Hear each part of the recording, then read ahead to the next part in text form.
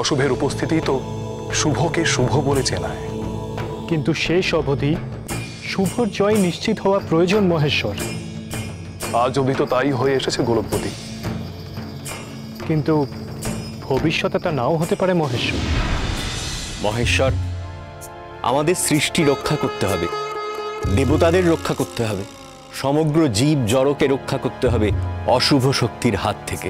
সে তো আমাদের কর্তব্য দেবব্রহ্মা। এতে তো নতুন করে বলা কিছু নেই। আছে মহেশ্বর, আছে। আজ আবার কিছু পুরনো কথা নতুন করে বলার প্রয়োজন আছে। বিস্তারে বলুন।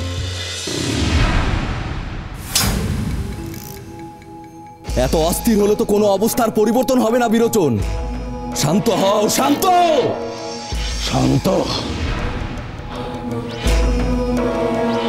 শান্ত। আর কতকাল শান্ত হয়ে থাকবো? আমরা মহাবল অসুরেরা নিজে নিজের রাজ্যের রাজা, আর আমরা কিনা এভাবে মুখ লুকিয়ে বসে আছি দিনের পর দিন। অসহ্য।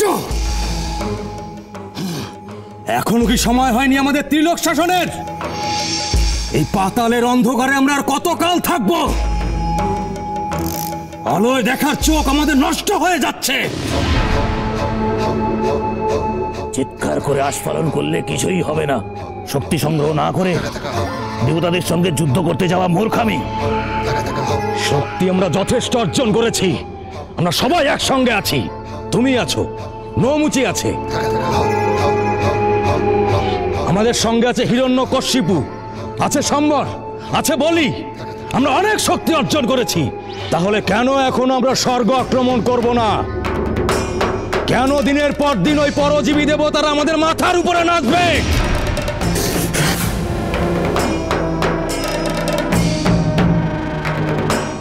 ধৈর্য হারালে বা আস্ফালন করলে এই তার পরিণাম।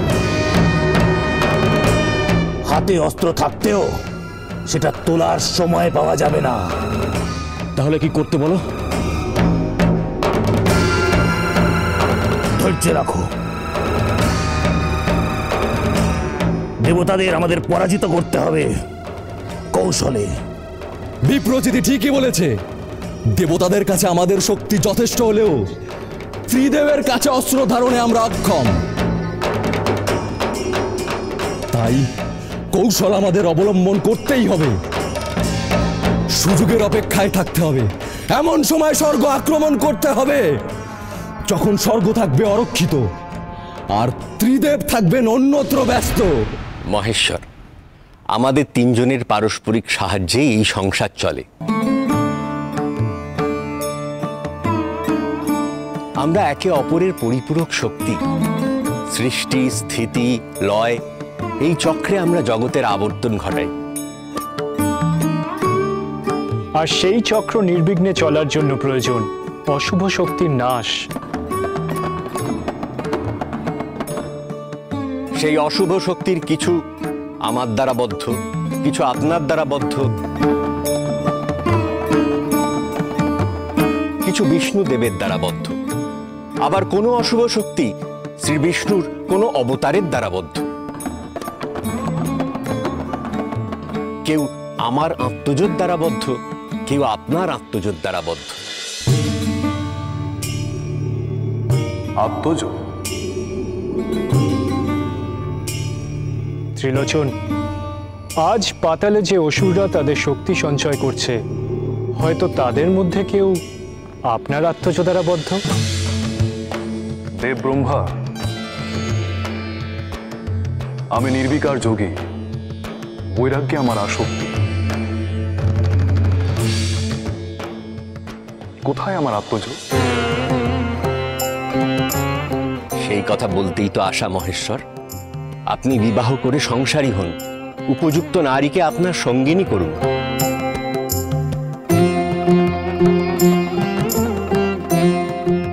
আপনার এই চির বৈরাগ্য অশুভ নাশের বিরোধী হয়তো। আপনি এই বৈরাগ্য ত্যাগ করুন, বিবাহ করুন, সংসারী হন।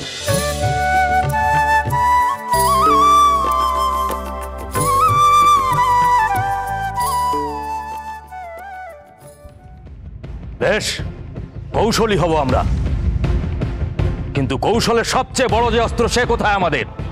কিসের কথা বলছো? গুপ্তচর। আমাদের গুপ্তচর কোথায়, যে সঠিক সময় খবর আনবে স্বর্গ আক্রমণের সঠিক সময়? সে আছে। মহাধর, এদিকে এসো।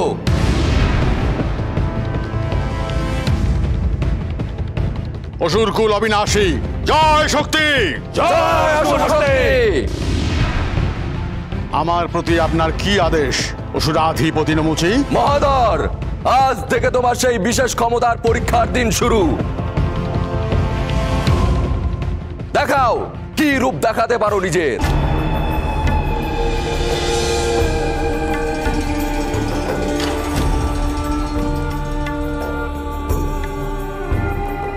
প্রণাম দেবরাজ ইন্দ্র, আমি আপনার সভায় নতুন গন্ধর্ব। জয় অসুরকুল, জয় অশুভ শক্তি। বিবাহ আমি করব, কিন্তু কিন্তু আমি যোগী, আমি তপস্বী। সেই নারীর যদি ভোগেমতি হয়? যার কথা আমাদের মনে আছে তিনিও তো যোগিনী। বৈরাগ্য সাধনে তিনি পবিত্র। তিনি যদি যোগিনী হন, বৈরাগ্যই যদি তার পথ হয়, তবে বিবাহ তো তার জন্য নয়।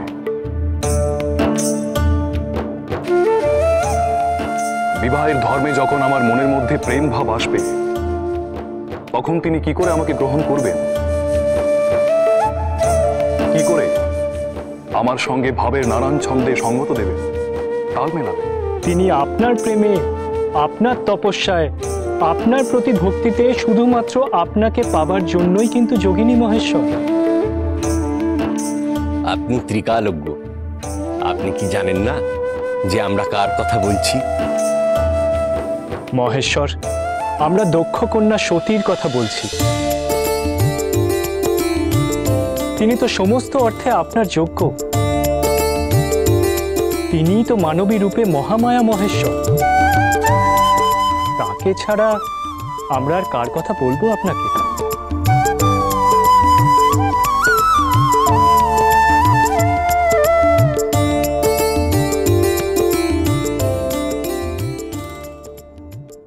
আমি সম্মত। আপনি বিবাহে সম্মত মহেশ্বর? সম্মত। তবে তো আর চিন্তার কোনো কারণ নেই। এবার তো কেবল সময়ের অপেক্ষা, জগতের এই মহামিলনে।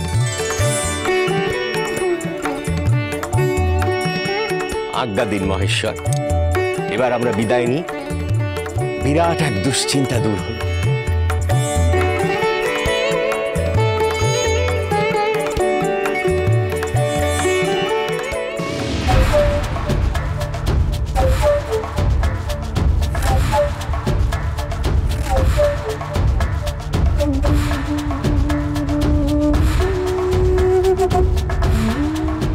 দেবাদিদেব, এই আশু বিপদ আরো বড় আকার ধারণ করার আগেই আমি অসুর নিধনে দেবতাদের জন্য অস্ত্রের প্রয়োজনে এক যজ্ঞ করব বলে স্থির করেছি। উত্তম সংকল্প। আমার অনুরোধ, আপনি সেই যজ্ঞে উপস্থিত থাকবেন। আপনার অনুপস্থিতিতে কোনো যজ্ঞই তো সম্পূর্ণ নয়। আমি অবশ্যই উপস্থিত থাকব।